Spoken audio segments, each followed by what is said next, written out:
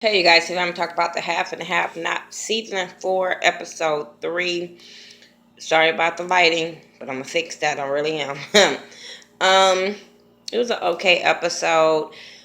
I'm just going to talk about it because it really wasn't. No, I'll go through it. Candace and Quincy.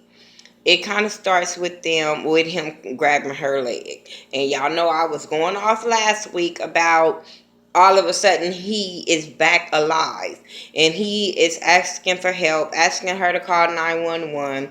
She said no, I'm sitting here and let your ass die. I said please do, but I'm like, why is he not dead? Okay, like I told y'all, I just had a problem with all of a sudden he's back alive, he's able to talk. Oh god, like it's stupid to me. But he was letting her know, like, call the ambulance, you need to help me because of her son. And she like, what are you talking about? Like, what does this have to do with Lil Quincy? And he basically was saying Lil Quincy was sick, but he wouldn't tell her what the baby had or whatever. So she was like, well, fuck it, if you ain't gonna let me know, the baby better off without your ass. So she let his ass lay there and bleed out. But it was funny because he was begging for help, and then when he noticed that she wasn't gonna help him, all of a sudden she was back bitches and he gonna haunt her. And I'm like, typical nigga. Typical nigga. Anyway, then you got the police. He got Jeffrey in the back of the car. He pulls over. All of a sudden, he trying to, like, he telling Jeffrey that he has to search him before he take him in. Jeffrey like, don't you supposed to do that at the station? He's like, sometime, but we could do it here. So he pulls over. He's filling up on Jeffrey, and come to find out, he talking about he don't like gays and all that kind of stuff. He hate gays, and where he from, they beat people to death like that and all this kind of shit. But he's steady trying to get Jeffrey, and I'm sitting there like, you hate him, but you want him. Make a you little undercover DL ass dude.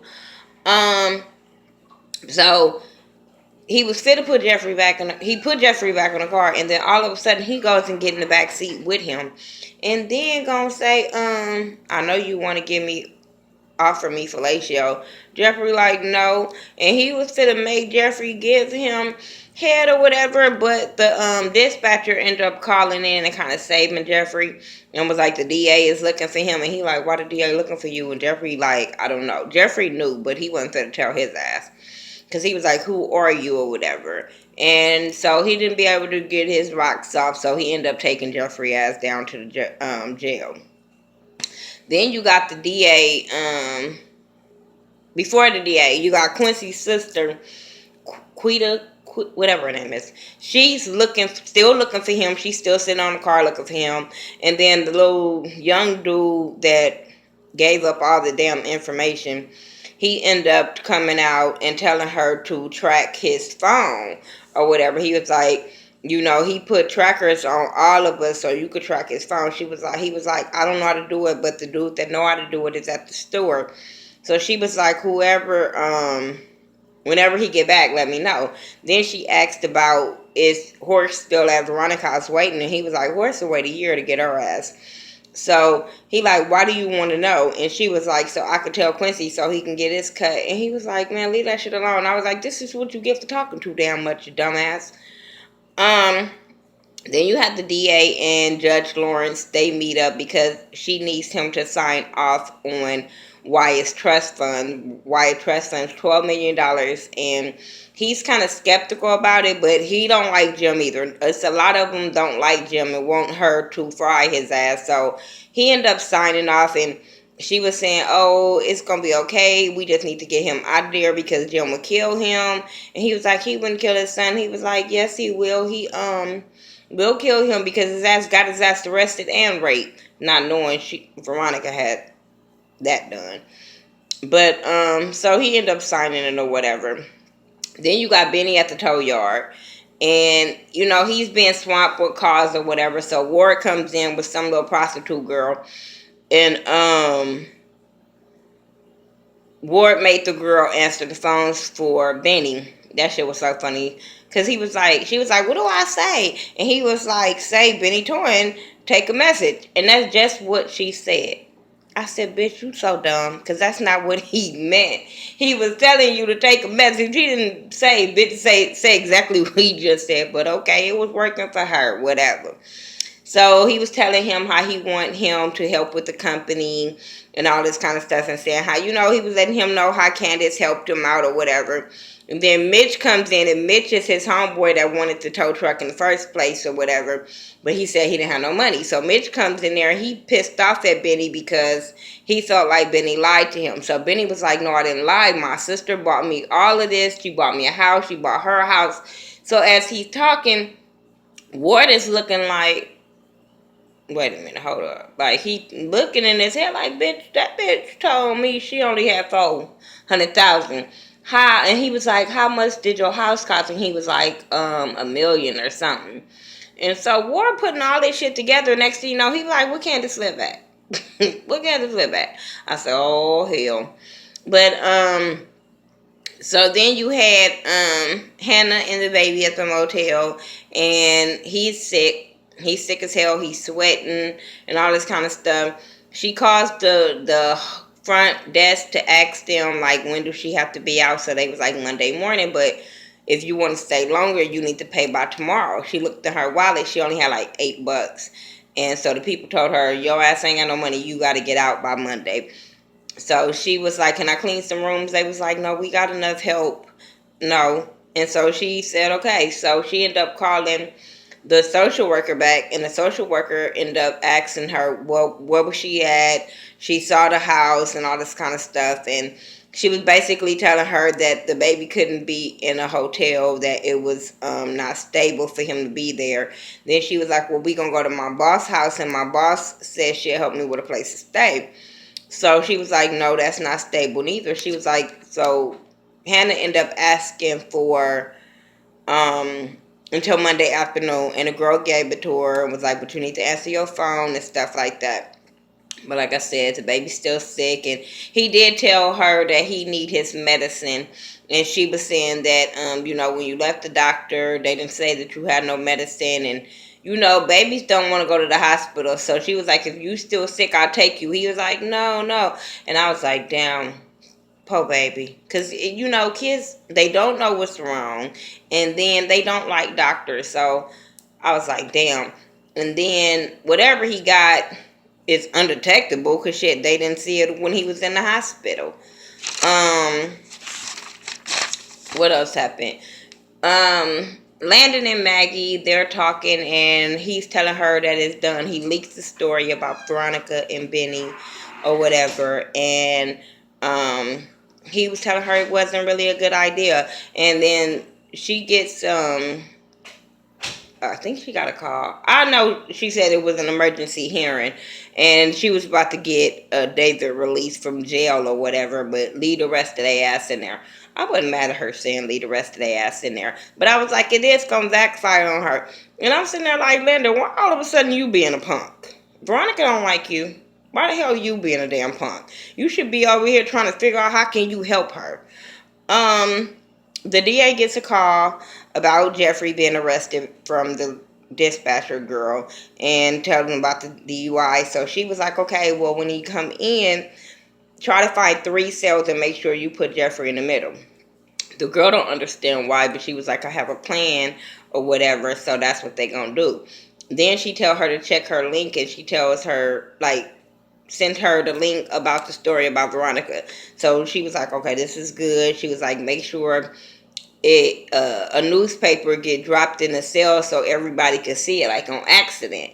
So the girl ended up doing what she was supposed to do. Jeffrey ended up coming, and I guess we'll see next week what happens with him. Wyatt is at home. Some little dude come by. I said, oh, this must be a still drug connect. He ended up coming by, and it was his drug connect. This crackhead ass Wyatt was trying to sell his parents' jewelry to get this stuff. But then come to find out, the boy is not just his drug connect. This little boy is his hookup. You know what I'm saying? We were trying to figure out how he was going to pass some shit. But the boy was able to give him like a fake drug test and also some rehab papers, some fake rehab papers, so he can get his inheritance and still get high at the same damn time.